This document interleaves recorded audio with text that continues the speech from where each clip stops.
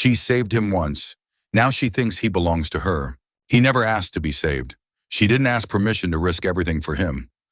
Ash Malik's fingers hovered over the external circuit panel of Station Nexus 7, his breathing steady within his helmet as he worked. The familiar hum of his oxygen recycler created a rhythmic backdrop to his thoughts. This was routine, just another maintenance check on the outer hull that he'd performed dozens of times before. The vast emptiness of space stretched before him, dotted with distant stars that seemed close enough to touch, yet impossibly far away. "Malik, how's it looking out there?" Commander Reeves' voice crackled through his comms. "Almost done," Ash replied, his experienced hands reconnecting the final wire. "Just finishing the calibration on the sensor array. Another 15 minutes tops." The station rotated slowly beneath him, its massive structure an impressive feat of multi-species engineering. Humans, Inkari, Vestin, and 6 other species had built this outpost together, a testament to cooperation in the outer reaches of explored space. Ash had called it home for nearly 3 years now, having left Earth behind for the promise of adventure and discovery. A slight tremor traveled through his tether. Unusual, but not alarming. Ash paused, floating in the silence of space as he waited to see if it would repeat. "Malik." Commander Reeves' voice returned, sharper now. "We're picking up anomalous readings. Trajectory calculations coming in now." Ash closed the panel and secured it. "What kind of anomalies are we talking about?" There was a moment of silence that stretched too long. "Sir?" Ash prompted. "Emergency recall. Now." The commander's voice had shifted to something Ash had never heard before. Raw fear. "Meteor storm approaching. Proximity alert failed. Entry vector coming in hot. You have less than 60 seconds. Ash's training kicked in instantly.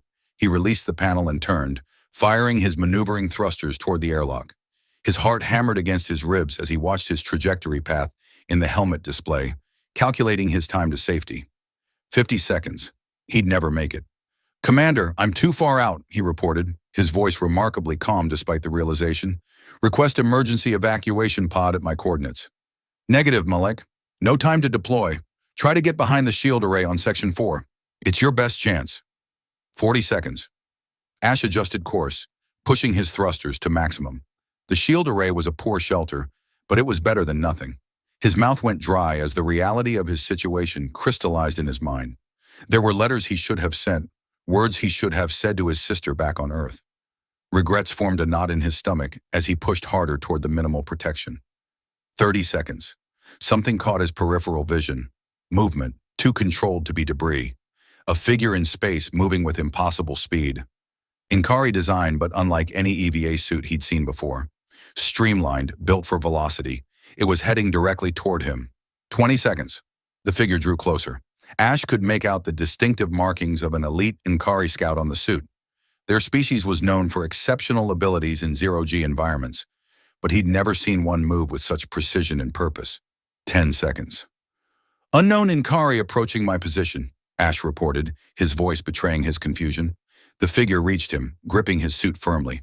Up close, Ash could see through the helmet visor, angular features, silver-flecked skin, eyes that reflected starlight in prism colors. Female. She didn't speak, didn't explain. She simply activated something on her wrist control. A shimmering energy field expanded around them both, just as the first meteors tore through the void. The sky shredded before his eyes. Burning stone and metal fragments screamed past them, some striking the energy field with concussive force. The Inkari wrapped herself around him, creating a physical barrier between Ash and the larger impacts as the shield flickered under the assault. He saw nothing but fire and debris, heard nothing but impacts against his helmet and the shield. The Inkari's body jerked with each hit, absorbing punishment meant for him. Then came an impact that overwhelmed the shield. Ash felt the blast of heat, saw the cracks spreading across his visor, and watched in horror as the Inkari suit ruptured at the shoulder, exposing silver-flecked skin to vacuum.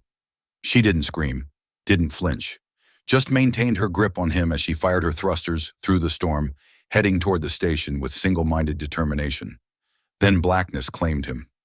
Ash woke to the antiseptic smell of the medbay and the soft beeping of medical equipment. Pain radiated through his left side where burn treatments were being applied by the Audiobook. He tried to piece together what had happened. The meteors, the mysterious Inkari, the impossible rescue. He turned his head slowly, wincing at the stiffness in his neck. Standing silently near his bed, perfectly still like a sentinel, was the Nikari who had saved him. Her silver-flecked skin caught the light as she watched him with unblinking prism eyes. Her shoulder was bandaged where her suit had torn, the distinctive pattern of vacuum exposure visible on her exposed skin. "You're awake," she stated, her voice melodic yet strangely flat. No relief, no emotion, just observation. "Thanks to you," Ash replied, his throat dry and voice raspy. "I don't understand how you reached me in time, or why you'd risk—" "You now belong to my life debt," she interrupted, her eyes never leaving his face. "I will follow where you walk." Ash blinked in confusion. "I'm sorry. What?" "I am Velrin," she continued as if he hadn't spoken. "Elite Scout, 7th Wing of Inkari Defense. You live because I chose it. You breathe because I burned." "Look," Ash said, attempting to sit up before pain forced him back down. "I'm grateful, more than grateful, but you don't have to—" "Your survival is now my burden," Velrin stated calmly. "Your pain, my weight, your choices must align with your rescuer." Ash stared at her, trying to process what she was saying. "You think I'm your— what responsibility?" Velrin's expression remained unchanging. "I think you are alive. That is enough." Commander Reeves found them like that hours later, Ash resting uncomfortably in the medbay bed, and Velrin standing perfectly still beside him, her posture unchanged, as if she had become part of the room itself. "Malik," the commander acknowledged with visible relief as he entered. "Good to see you conscious. Medical says you're lucky to be alive." His gaze shifted to Velrin. "The entire station's talking about what happened out there." Ash glanced at Velrin, who remained silent, her expression unreadable. "She saved my life, sir," Ash said, filling the awkward silence. "I still don't understand how she knew or how she reached me in time." The commander nodded slowly. "We've reviewed the sensor logs. Scout Velrin was performing outer hull exercises when our systems picked up the meteor storm. She changed course immediately, before we even issued the warning." He studied her with a mixture of respect and curiosity. "She took a direct route through the approaching debris field. Suicide by any reasonable assessment." Velrin remained silent, her eyes fixed on some distant point. "I've tried to thank her," Ash explained, "but she keeps talking about life debts and—" "The Nikari have different customs regarding rescue," Commander Reeves interrupted, his expression growing serious. "Particularly their elite scouts. I've served with them before, but I've never seen this specific situation." He turned to Velrin. "Scout, would you clarify your intentions for the record?" For the first time, Velrin's gaze shifted, focusing on the commander. "I have claimed the life debt. It is not negotiable under Inkari law." The commander's brow furrowed. "And what exactly does this life debt entail?" "His life belongs to me now," she stated simply. "I will ensure its continuation." Ash felt a chill run through him. "Commander, with all due respect, that sounds like—" "It's a cultural matter," Reeves cut in, his voice carefully neutral. "And potentially a diplomatic one as well. The Inkari are key partners in this station's operation." Ash stared in disbelief. "Sir, she's saying she owns me." "No," Velrin corrected without emotion. "I own your safety. There is a difference." The commander sighed heavily. "Malik, you'll be released from medical tomorrow. We'll hold a formal debrief then, with representatives from both human and Inkari contingents present." He glanced between them. "Until then, try to rest. That's an order." After the commander left, silence settled between them. Ash watched Velrin from the corner of his eye, studying her properly for the first time. The Inkari were humanoid in general shape, but with distinct differences. Taller, leaner, with skin that contained reflective properties, giving it a silvery sheen. Their eyes were their most alien feature, with pupils that fractured light like prisms. Velrin was no exception, though Ash noted she was smaller than most Inkari he'd encountered on the station. Her posture remained perfect, hands clasped behind her back in what he recognized as a formal rest stance for their military units. "You don't have to stand there all night," Ash finally said, breaking the silence. "I will remain," she replied simply. Ash exhaled slowly, frustration building. "Look, I appreciate what you did. I really do. But this, whatever this is, it's not necessary." Velrin finally turned to look directly at him. "Your understanding is not required. Only your acceptance." "My acceptance of what exactly?" Ash asked, unable to keep the edge from his voice. "That your life continues because mine was willing to end," she stated. "This creates a bond that cannot be severed." Ash studied her face. searching for some hint of emotion, some indication that this was negotiable. He found none. "Then what happens now?" he asked quietly. "Now you heal," Velrin replied, "and I remain." Chapter 3. The Shadow. The debrief the following day resolved nothing. The Nikari representatives explained the life debt tradition with formal detachment, as if discussing shipping regulations rather than personal freedom. According to their customs, one who saves another's life at great personal risk establishes a sacred bond. The rescued becomes the responsibility of the rescuer until proper balance is restored. What constituted proper balance remained frustratingly vague to Ash, despite his repeated questions. When he was finally released from medical, Velrin followed him through the station corridors toward his quarters, maintaining a precise 3 steps behind him at all times. Her presence drew curious glances from crew members they passed. News traveled quickly on space stations. As they reached his quarters, Ash turned to face her. "This is where I live. Alone." Velrin nodded once. "I will remain outside." "For how long?" Ash asked, exasperation creeping into his voice. "Until you emerge," she answered, as if it were the most reasonable thing in the world. Ash pinched the bridge of his nose. "And if I'm asleep for 8 hours?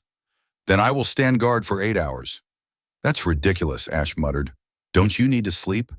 "Nkari require less rest than humans," she stated, "and elite scouts are conditioned to function on minimal recovery periods." Ash stared at her, trying to understand the mindset that would lead someone to such dedication.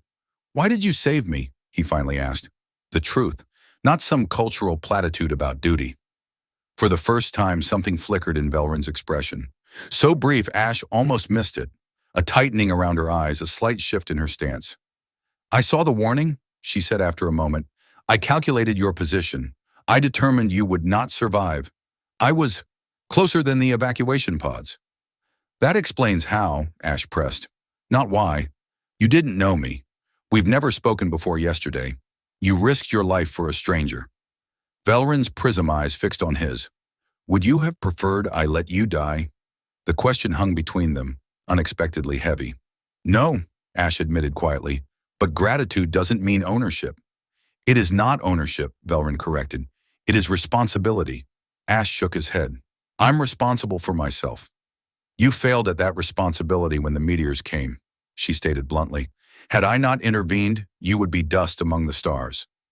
The truth of her words stung more than Ash wanted to admit. He had failed. His routine check had left him exposed and vulnerable when the danger arrived.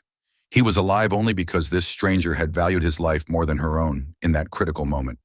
"Go inside," Velrin said, her voice softening almost imperceptibly. "Rest. Heal. I will be here when you wake." Ash hesitated, then entered his quarters without another word. The door slid shut behind him, and he stood in the dimly lit room, listening. No sound came from the corridor outside. He imagined Velrin standing there, perfectly still, waiting with the infinite patience her species was known for. He moved to his small viewport and looked out at the stars, dimmer now as the station had increased its reflective shielding following the meteor storm. Somewhere out there was the exact spot where he should have died, where his atoms should have scattered into the void, joining the cosmic dust. Instead, he was here, breathing, heart beating, alive because a stranger had decided he should be. The weight of that realization pressed down on him until he sank onto his bunk, head in his hands. When Ash emerged from his quarters 8 hours later, Velrin stood exactly where he had left her, position unchanged. If she was tired, she showed no sign of it. "Good morning," he offered awkwardly.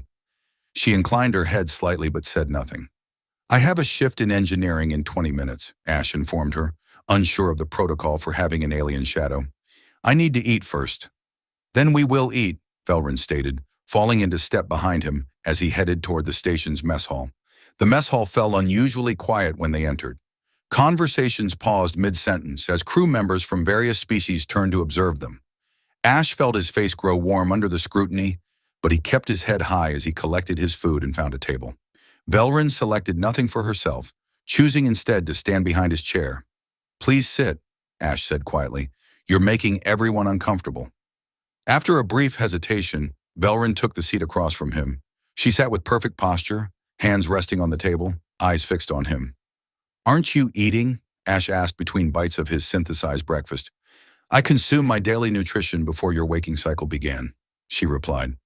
Ash nodded slowly, searching for something to fill the awkward silence. How's your shoulder? From where your suit tore during the rescue. Healing, she answered simply. Does it hurt? Pain is irrelevant. Ash put down his fork.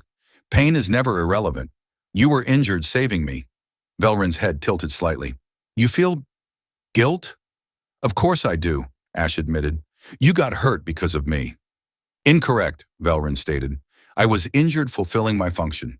You were not the cause, merely the purpose. Before Ash could respond, a familiar voice called his name. He turned to see Lu Chen, one of his fellow engineers, approaching with a smile that didn't quite reach her eyes. Ash, good to see you up and about, Lu said, her gaze flickering to Velrin with poorly disguised curiosity.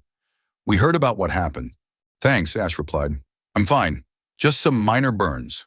Lu nodded, then extended a hand toward Velrin. I don't think we've officially met.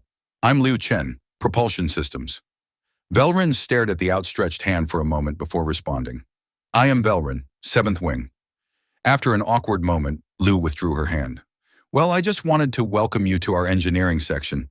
I assume you'll be around. I will be where he is, Velrin confirmed. Lu's eyebrows rose slightly. Right. Well, Ash, we've got that coolant system recalibration scheduled today. Should be interesting with your friend here. After Lu left, Ash turned back to Velrin. You can't follow me everywhere. Some areas of engineering are restricted to authorized personnel only. Your Commander Reeves has granted me temporary authorization to all areas you frequent, Velrin informed him. The Ankari contingent insisted, citing cultural necessity. Ash stared at her in disbelief.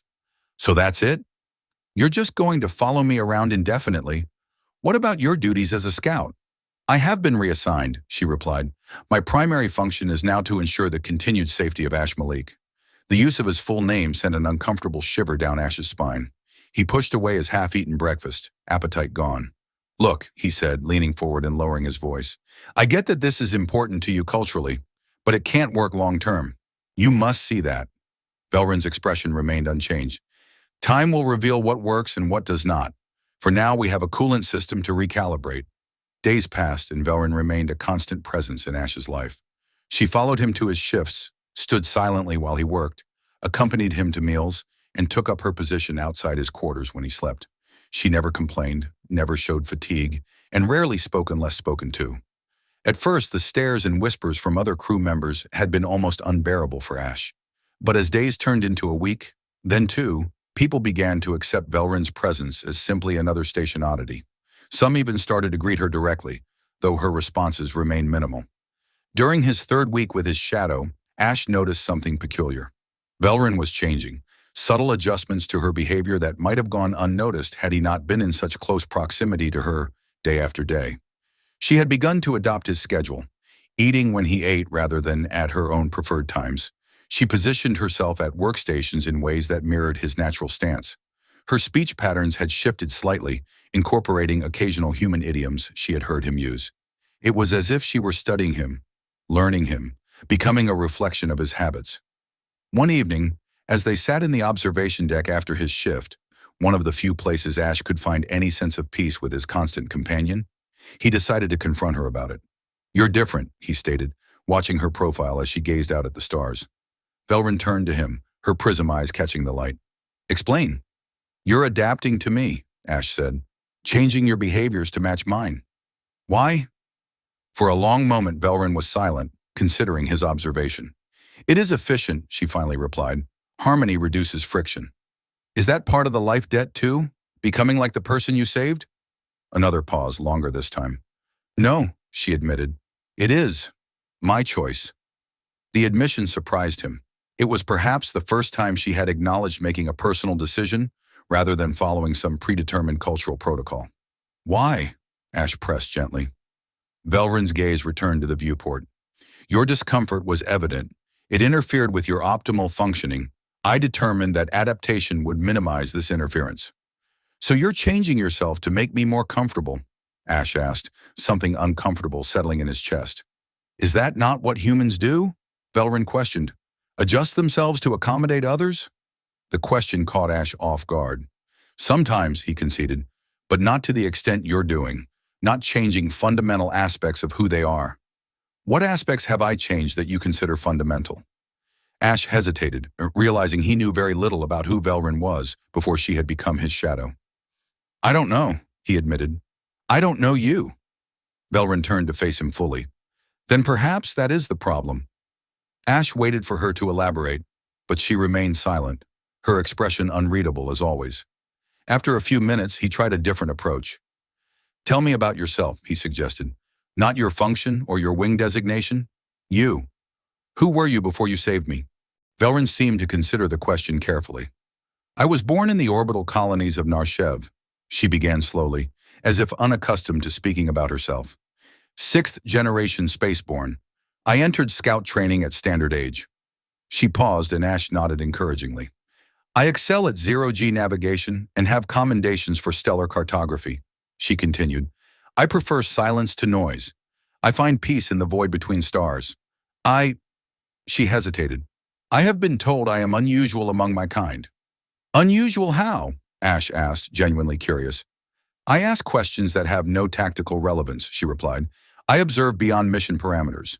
My instructors noted this as both strength and weakness. For the first time, Ash felt he was glimpsing the person behind the rigid exterior. So you're curious? Interested in things beyond your assigned duties? Curiosity is not valued in Nikari military structure, Velrin stated. Precision and obedience are. Yet you're curious anyway, Ash noted with a small smile. Velrin's expression remained neutral, but something in her eyes shifted. Yes. Is that why you were out there when the meteor storm hit? Exploring beyond your assigned patrol route? Her silence was answer enough. Your curiosity saved my life, Ash said softly. Perhaps, Velrin acknowledged. Or perhaps it was statistical probability. I was the closest to your position when the warning came. Ash shook his head. You could have calculated the risk was too great, chosen self-preservation instead. That was not an option, she stated simply. Because of duty? Velrin hesitated. Because no life should end alone in the void if it can be prevented.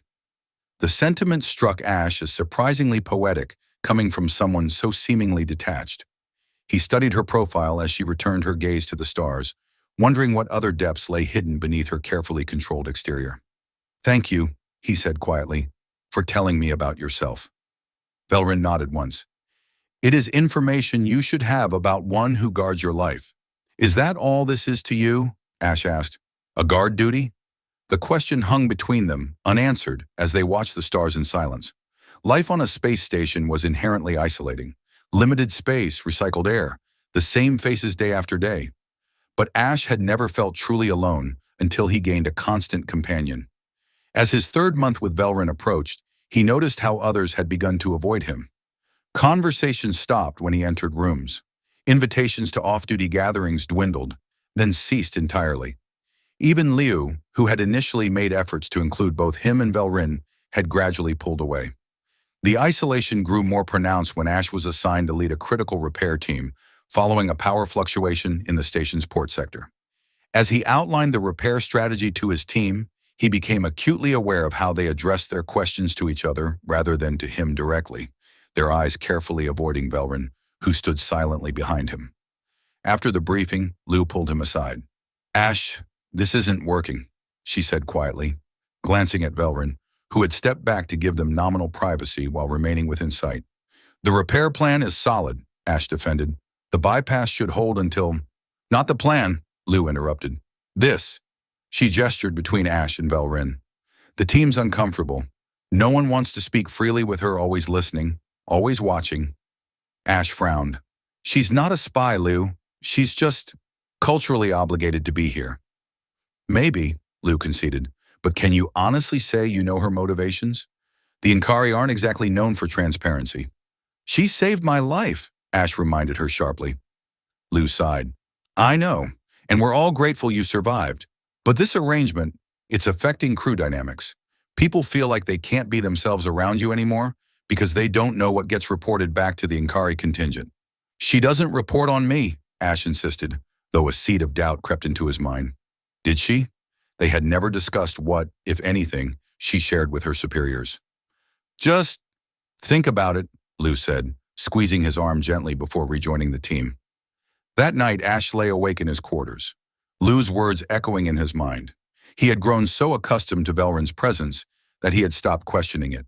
But what if her constant surveillance was more than cultural obligation? What if there were other motives at play? The next morning, Ash confronted her as they walked to the mess hall. "Do you report on me to your superiors?" he asked bluntly. Velryn's stride didn't falter. "I provide standard status updates on your physical condition and safety status.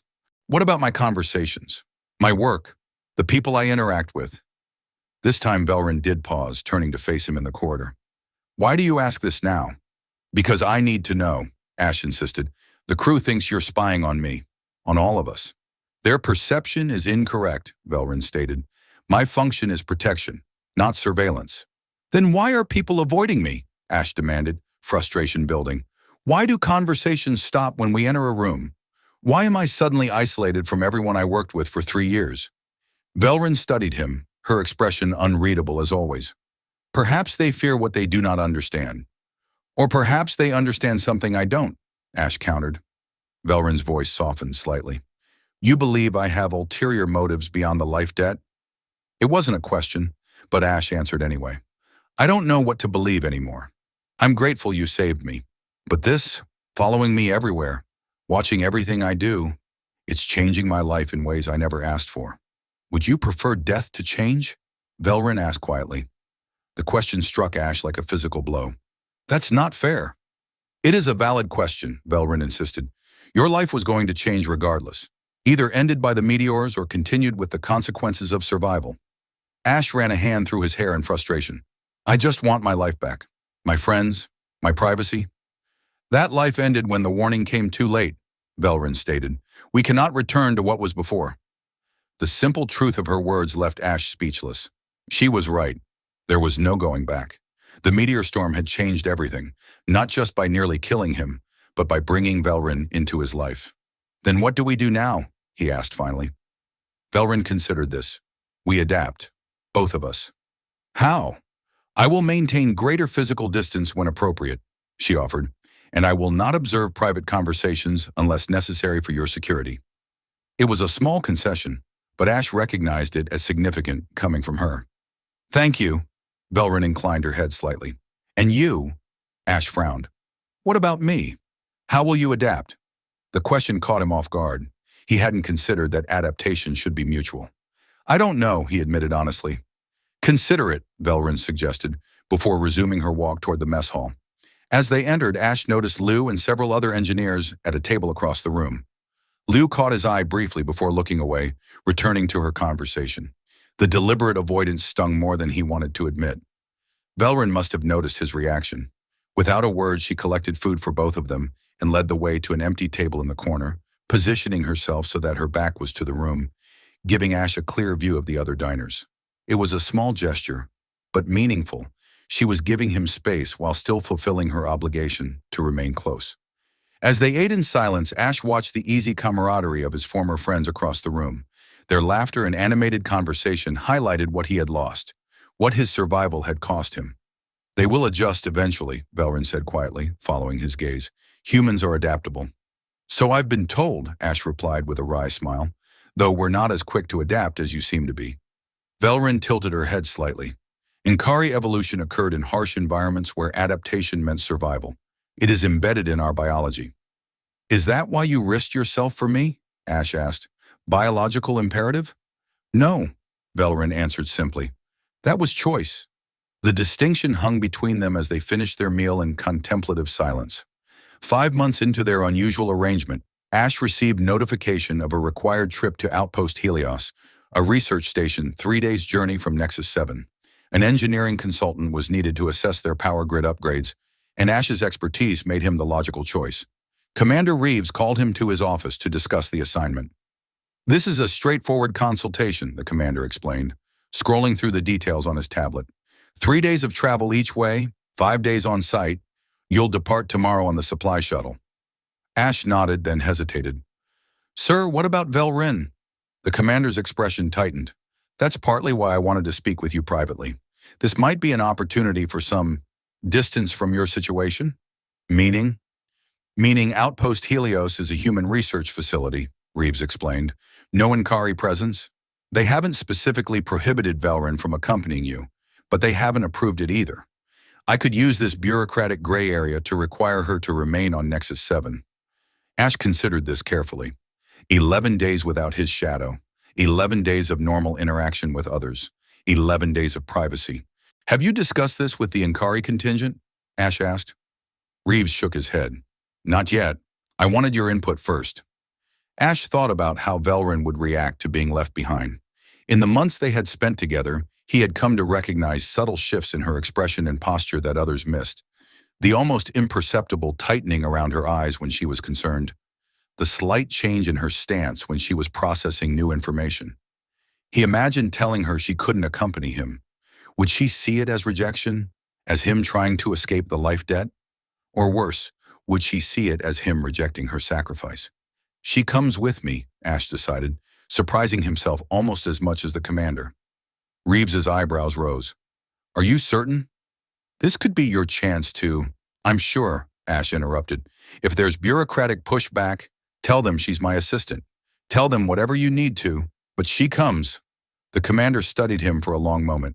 You've changed, Malik. Ash met his gaze steadily. We all have, sir. Later, as Ash packed for the journey in his quarters, Velrin stood by the viewport, watching the stars in silence.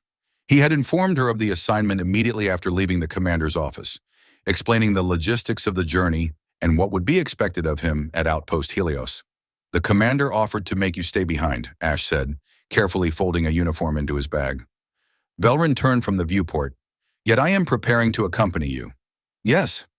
You chose this, she observed, her prism eyes studying him with newfound intensity. Why? Ash paused in his packing, considering the question. Because it felt wrong to leave you behind. Wrong by whose standards? Human or Inkari? Mine, Ash replied simply. Just mine.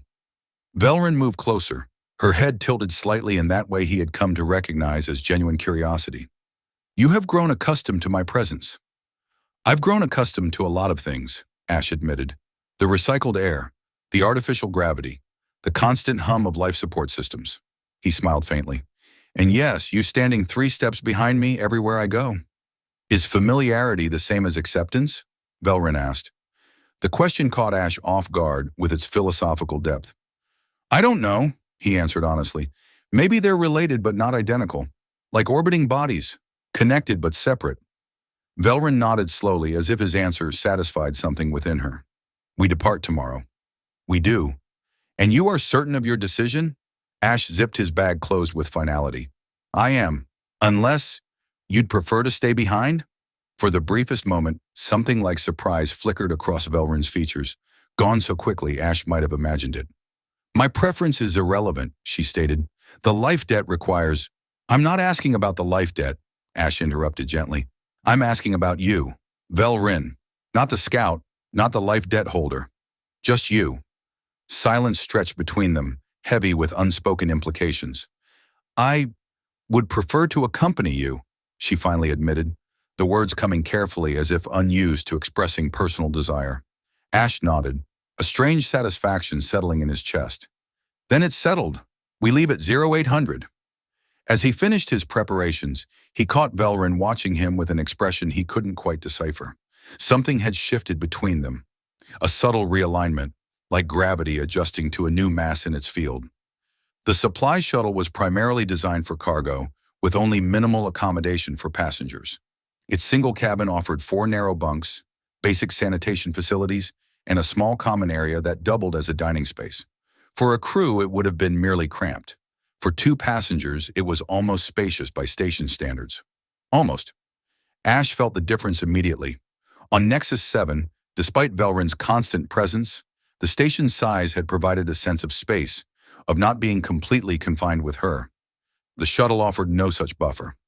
As they settled in for the 3-day journey, Ash found himself hyper-aware of Velrin's proximity. Every movement, every subtle shift in her position, registered in his consciousness as if magnified.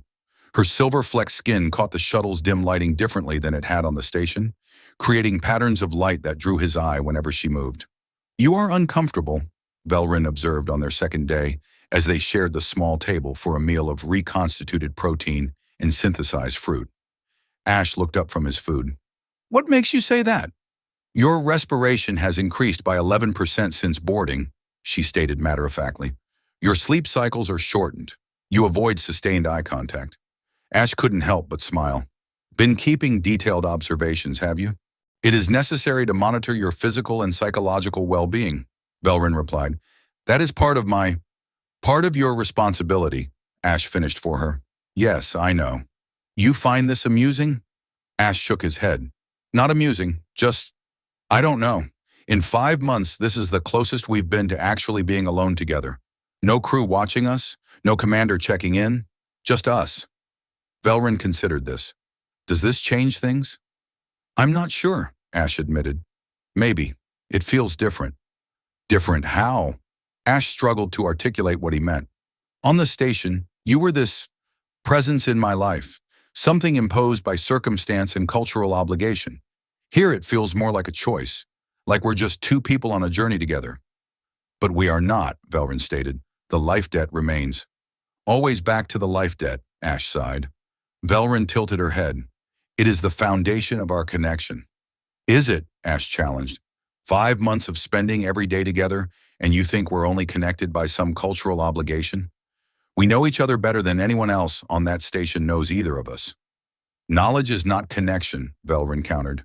Then what is? Velrin was silent for a long moment. I do not have an adequate answer. Don't you? Ash pressed. In all your observations, haven't you noticed how things have changed between us? How we communicate without words sometimes? How you can predict what I need before I ask for it?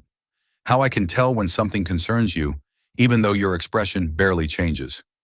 Those are patterns, Velrin said, but her voice lacked its usual certainty. Predictable behaviors based on repeated observation. They're more than that, Ash insisted, and I think you know it. Velrin's prism eyes studied him with unnerving intensity. What are you suggesting? I'm suggesting that maybe this isn't just about a life debt anymore, Ash said quietly, that maybe somewhere in these past 5 months, something else has developed between us. The silence that followed was deafening. Velrin remained perfectly still, her food forgotten before her, her eyes never leaving his face. And what would you call this something else? She finally asked, her voice softer than he had ever heard it. Ash hesitated. I'm not sure there's a word for it, at least not one that works across our species. Try, Velrin prompted. Friendship seems inadequate, Ash admitted. Partnership too formal. It's like, he searched for the right analogy. It's like we've become orbiting bodies, separate but defined by each other's gravity. Velrin considered this metaphor carefully. Orbital relationships are balanced by equal gravitational influence. Yes, yet you suggest our relationship began with imbalance, my action creating your debt. Ash nodded slowly. That's how it started, but I'm not sure that's what it is now. Then what is the balancing force you provide? Velrin asked, genuine curiosity in her tone. The question hung between them, unexpectedly profound. What did he offer her? What counterweight did he provide to her sacrifice? I don't know, Ash admitted honestly. Maybe nothing. Maybe that's why you're still here, because the balance hasn't been restored. Velrin's gaze dropped to the table between them. You wish to end the life debt. I wish to understand it, Ash corrected. To understand what would satisfy it, what would let you feel your obligation is fulfilled. For the first time since he had known her, Velrin appeared genuinely uncertain. I do not know. The admission surprised them both. You mean there's no predefined way to resolve a life debt? Ash asked incredulously. No ritual or action that closes the circle? The literature speaks of proper balance, Velrin explained, but its nature is unique to each bond. Some life debts last decades, others merely days. And ours? Velrin met his gaze again. I do not know when balance will be achieved. I only know it has not been yet. How can you be sure? Because, Velrin said softly, I still feel the weight of your life in my hands. Outpost Helios orbited a dwarf star at the edge of charted space, its primary function to study stellar degradation patterns. Unlike the bustling multicultural environment of Nexus 7, Helios was utilitarian and narrowly focused. Its crew of 28 humans dedicated entirely to research. Their arrival created an immediate stir. Though the outpost had been notified of Ash's consultation assignment, Velrin's presence had apparently not been clearly communicated. The docking officer's eyes widened noticeably when she stepped off the shuttle behind Ash. "Welcome to Helios, Engineer Malik," the officer greeted, her gaze flickering repeatedly to Velrin. "We weren't informed you'd be bringing assistance?" "This is Scout Velrin," Ash introduced smoothly. "She's accompanying me as part of an ongoing cultural exchange program." The lie came easily, and Velrin gave no indication that his explanation was anything but truth. "I see," the officer replied, clearly not seeing it all. "Well, we've prepared single quarters for you, but we can arrange alternative." "The assigned quarters will be sufficient," Velrin interjected. "I require minimal space." This led to an awkward silence that Ash quickly filled with questions about the power grid he would be evaluating, steering the conversation to technical matters where Velrin's presence became secondary. As they were escorted to the quarters, Ash could feel the curious stares of Helios personnel they passed. An Ankari on a human research outpost was apparently a novelty worthy of attention. Once alone in the small but comfortable quarters, Ash turned to Velrin. "Sorry about the cultural exchange story. I thought it would be simpler than explaining the life debt." "Your explanation was practical," Velrin acknowledged. "It avoided unnecessary complications." Ash sat on the edge of the narrow bed. "So how do we handle sleeping arrangements?" "There's only one bed." "I will position myself here." Velrin indicated a corner of the room with clear sight lines to both the bed and the door. "I can maintain restorative cycles while standing." "For 5 nights?" Ash frowned. "That doesn't seem fair." "Fairness is not a factor," Velrin stated. "Functionality is." "Well, I say it's a factor," Ash insisted. "We can alternate. You take the bed one night, I'll take it the next." Velrin's expression suggested she found the proposal illogical, but was choosing not to argue. "If you prefer this arrangement." "I do." The first 3 days on Helios passed in a blur of technical assessments and meetings. Ash found himself impressed with the outpost's power systems. Innovative solutions implemented with limited resources.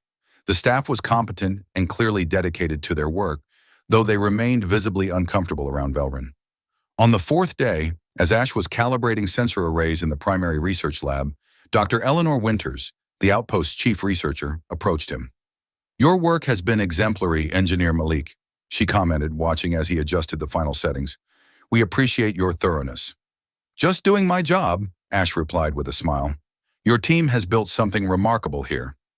Dr. Winters nodded, then glanced to where Velrin stood silently near the lab entrance. "May I speak frankly?" Ash followed her gaze.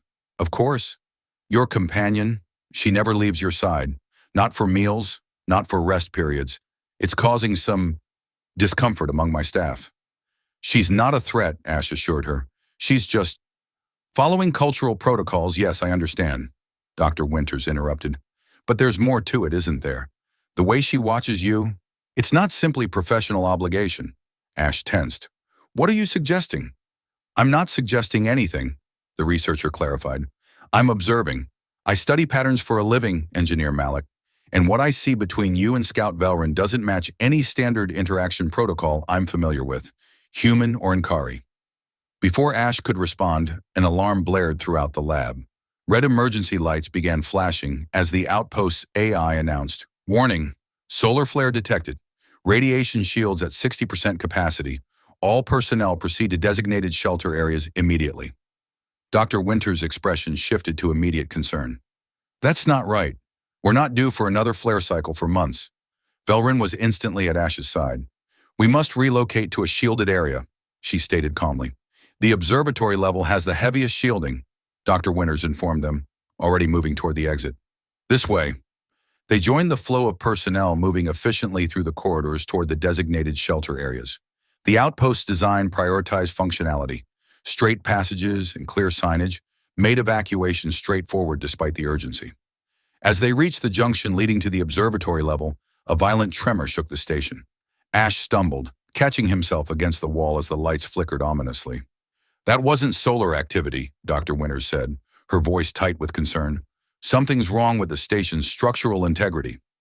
Another tremor, stronger this time, was accompanied by the screech of tearing metal from somewhere deep within the outpost. The emergency lighting switched to battery power, casting everything in a dim red glow. "The junction ahead," Velrin stated suddenly, her prism eyes focused intensely down the corridor. "It's compromised."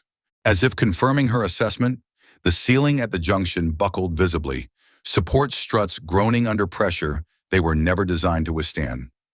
"We can't go that way," Dr. Winters realized, looking frantically around. "The alternative route is through engineering, but that'll take us directly through the least shielded section of the station during a solar event." Velrin turned to Ash, her expression unreadable, but her voice oddly calm. "You must reach the observatory level. The radiation exposure in engineering would be lethal within minutes." "We'll find another way," Ash insisted, looking to Dr. Winters for confirmation. The researcher shook her head grimly. "There is no other way. The station's design is linear. It's either through that junction or through engineering." "Then we go through engineering," Ash decided. "Together."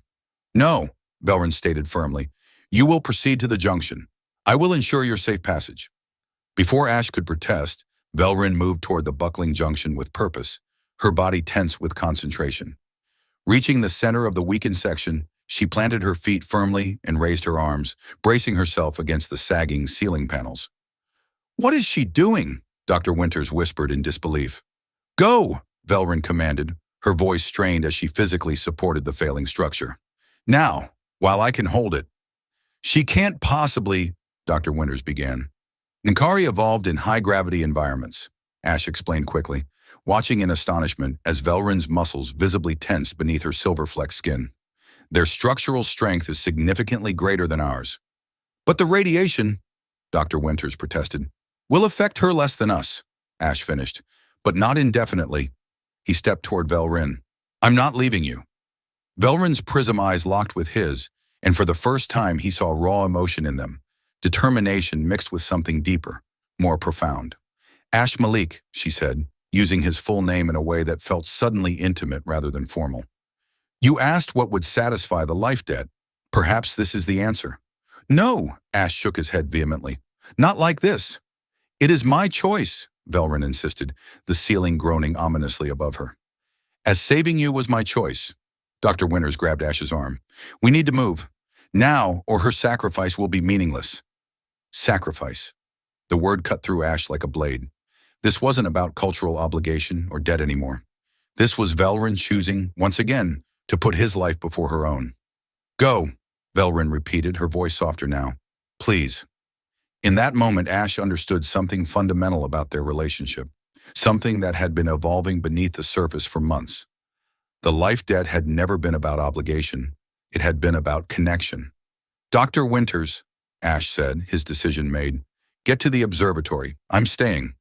"You'll both die," the researcher protested.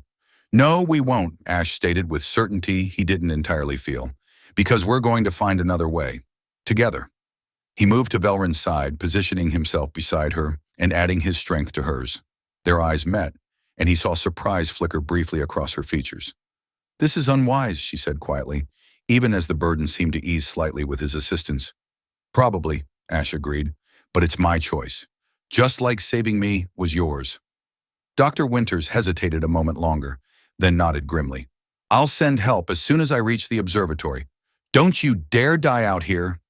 As the researcher hurried through the junction, Ash focused entirely on helping Velrin support the failing structure. "Can you access your comms?" he asked through gritted teeth. Velrin shifted slightly, maintaining her hold with one arm while retrieving her communication device with the other. "Yes. Contact the engineering team. Tell them we need emergency structural support at Junction 7 Alpha." As Velrin relayed the message, Ash felt the ceiling shift dangerously. "The integrity is failing faster than anticipated," Velrin observed, her voice surprisingly calm despite the circumstances. "How long can you hold it?" Ash asked. "Oh, approximately 6 minutes at current degradation rate," she calculated. "Less if the tremors continue." "Then we have 6 minutes to figure this out," Ash determined, scanning their surroundings for anything that might help. His gaze landed on a maintenance panel near the floor. "There," he indicated with a nod. "Emergency support struts should be housed behind that panel. Standard outpost design includes deployable reinforcements at every major junction." "I cannot reach it while maintaining structural support," Velrin pointed out. "I can," Ash said, "but I need you to take the full weight for a moment." Velrin nodded once. "Ready?" Ash counted down from 3, then quickly shifted away as Velrin adjusted her stance to compensate. The ceiling immediately sagged further, dust and small debris raining down around her. Moving swiftly, Ash pried open the maintenance panel and located the emergency support system. As expected, the junction contained deployable struts designed specifically for structural failures. He activated the mechanism, watching with relief as pneumatic struts extended upward, taking some of the weight off Velrin. "We need to move back slowly," Ash instructed, returning to her side. "Let the supports take the load gradually." Together, they carefully transferred the weight to the emergency systems. The structure groaned, but held as they stepped away from the junction. Just as they cleared the danger zone, another violent tremor shook the station. The junction collapsed entirely behind them, emergency struts bending, but preventing a complete structural failure that would have breached the outpost's hull. They stood in the dim red emergency lighting, dust settling around them, breathing heavily from exertion and adrenaline. "You should have gone with Dr. Winters," Velrin said quietly. "And you should have let me die in that meteor storm," Ash countered. "Yet here we are." Velrin studied him, her prism eyes reflecting the emergency lights. "You risked your life unnecessarily." "So did you," Ash pointed out. "Twice now." "My actions were consistent with the life debt." "Were they?" Ash challenged. "Or was this something else? Something you're not ready to acknowledge?" Velrin's expression shifted subtly, the closest thing to vulnerability he had ever seen from her. "What would you have me acknowledge?" "That maybe this has never been about debt," Ash said softly. "That maybe it's been about something neither of us has words for." For a long moment, they simply looked at each other in the dim red light, dust-covered and disheveled, alive only because each had refused to leave the other behind. "Is that why you chose to risk yourself for me just now?" Velrin asked finally. "Because of this something without words?" "Yes," Ash admitted, "because whatever this is between us, it's not about owing anymore. It's about choosing." The outpost damage was substantial, but not catastrophic.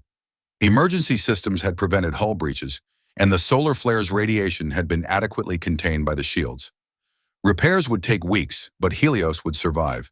Ash and Velrin, along with 3 engineering crew who had been caught in a similar situation elsewhere on the station, were treated for minor injuries and radiation exposure. Nothing life-threatening, the medical officer assured them, though they would need follow-up treatments upon return to Nexus 7. As they prepared to board the supply shuttle for their return journey a day earlier than planned, Dr. Winters approached them at the airlock. "Engineer Malik," she greeted formally, though her expression was warm. "Scout Velrin, on behalf of Outpost Helios, I extend our gratitude for your assistance during the emergency. Your actions prevented more serious structural failures." "Just doing our job," Ash replied with a small smile. Dr. Winters shook her head slightly. "What I witnessed was far more than professional obligation." She glanced between them. "Whatever connects you two, debt, duty, or something else entirely, it saved lives yesterday, including your own." After she left, Ash and Velrin boarded the shuttle in silence, each absorbed in their own thoughts as they prepared for the 3-day journey back to Nexus 7. It wasn't until they were safely in deep space, the shuttle's autopilot guiding them home, that Velrin broke the silence. "What you said at the junction," she began hesitantly, "about choice rather than obligation." Ash looked up from the system diagnostic he'd been reviewing. "Yes, I have been considering it," Velrin admitted. "And I believe you may be correct." The admission hung between them, significant in its simplicity. "When did it change for you?" Ash asked quietly. "When did obligation become choice?" Velrin considered this carefully. "I am not certain there was a specific moment, rather a gradual shift, like a star slowly changing its composition over time. Imperceptible day to day, but transformative over time." Ash nodded, understanding the metaphor. "Yes." Velrin hesitated, then continued. "Among my people, to claim a life debt is to accept full responsibility for another's existence. It is considered intimate, sacred." "You never explained it that way before," Ash noted. "Because I did not fully understand it myself," Velrin admitted. "The teachings speak of responsibility and obligation, but they do not adequately address what happens when the connection evolves beyond duty." "And has it?" Ash asked, his heart beating faster.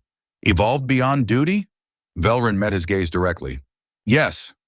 The simple acknowledgement shifted something fundamental between them, as if a gravitational constant had suddenly changed, altering their orbits around each other. "Is that why you were willing to sacrifice yourself at the junction?" Ash pressed gently. Not because of debt, but because of connection? I would have made the same choice in the meteor storm today as I did then, Velrin stated, but for different reasons. What reasons? Velrin's expression softened almost imperceptibly. Because your existence has become important to mine in ways that transcend obligation. The words, so carefully chosen and precisely delivered, contain more emotion than any passionate declaration could have. Coming from Velrin, they were profound. Is this what resolves the life debt? Ash asked. This acknowledgement? No, Velrin replied. The life debt was resolved the moment you chose to stay with me at the junction, rather than save yourself. Balance was achieved when you valued my life as I had valued yours. The realization settled over Ash slowly. So all this time, the debt required equal valuation of life, Velrin confirmed, not service or obligation, but genuine recognition of worth. Then why did you stay after that moment? If the debt was resolved? Velrin's prism eyes seemed to contain entire universes as she looked at him. Because the debt may be resolved, but the connection remains, by choice now, not obligation. Ash considered this, feeling something profound settling into place within him. So what happens when we return to Nexus 7? Do you go back to your duties as a scout? Do I go back to engineering? Do we just separate? That would be the logical progression, Velrin acknowledged. The formal relationship has reached its conclusion. And yet, Ash prompted, sensing there was more. And yet, Velrin continued carefully, I find myself reluctant to return to what was before. Because you've changed, Ash suggested. We both have. Velrin nodded slowly. What exists cannot be undone. The connection formed cannot be severed without loss. Then maybe we don't have to sever it, Ash proposed. Maybe we just redefine it. Not as rescuer and rescued, not as debt holder and debtor, but as something new. What would you call this new definition? Velrin asked. Ash smiled softly. I still don't think there's a perfect word for it, in any language. But maybe that's okay. Maybe we don't need to name it to honor it. A nameless bond, Velrin mused, defined by choice rather than obligation. Exactly. As the shuttle carried them through the void between stars, something settled between them.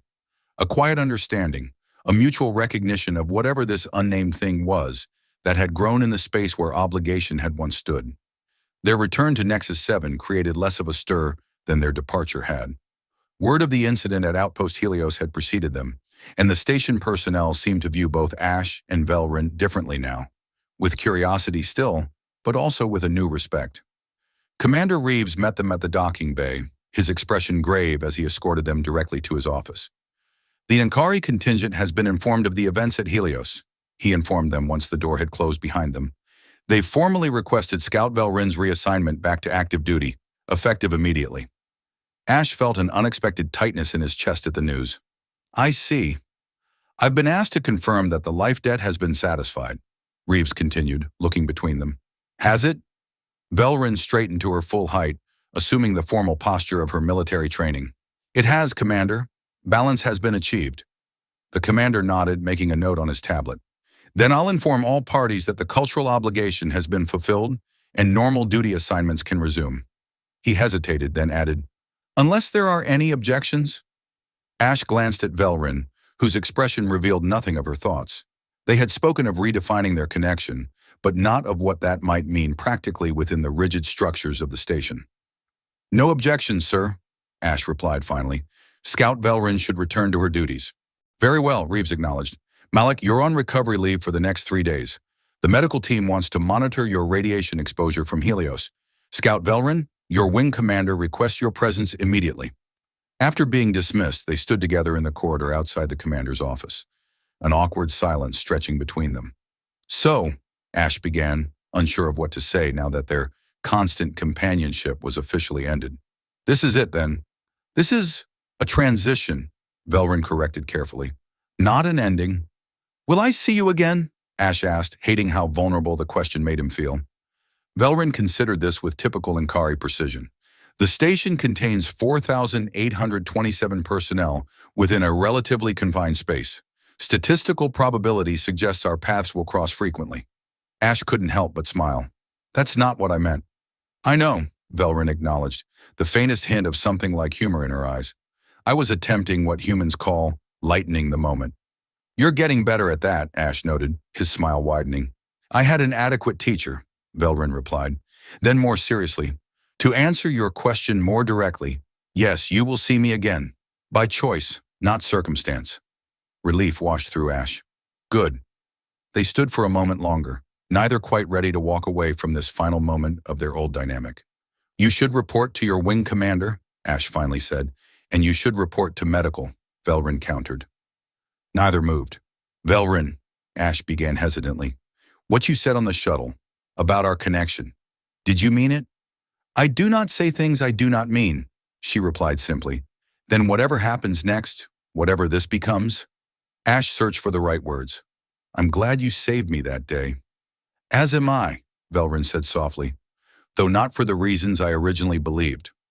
With a formal nod that somehow conveyed more than any human gesture could have, Velrin turned and walked away down the corridor, her posture straight, her steps measured. Ash watched her go, feeling strangely liberated rather than abandoned.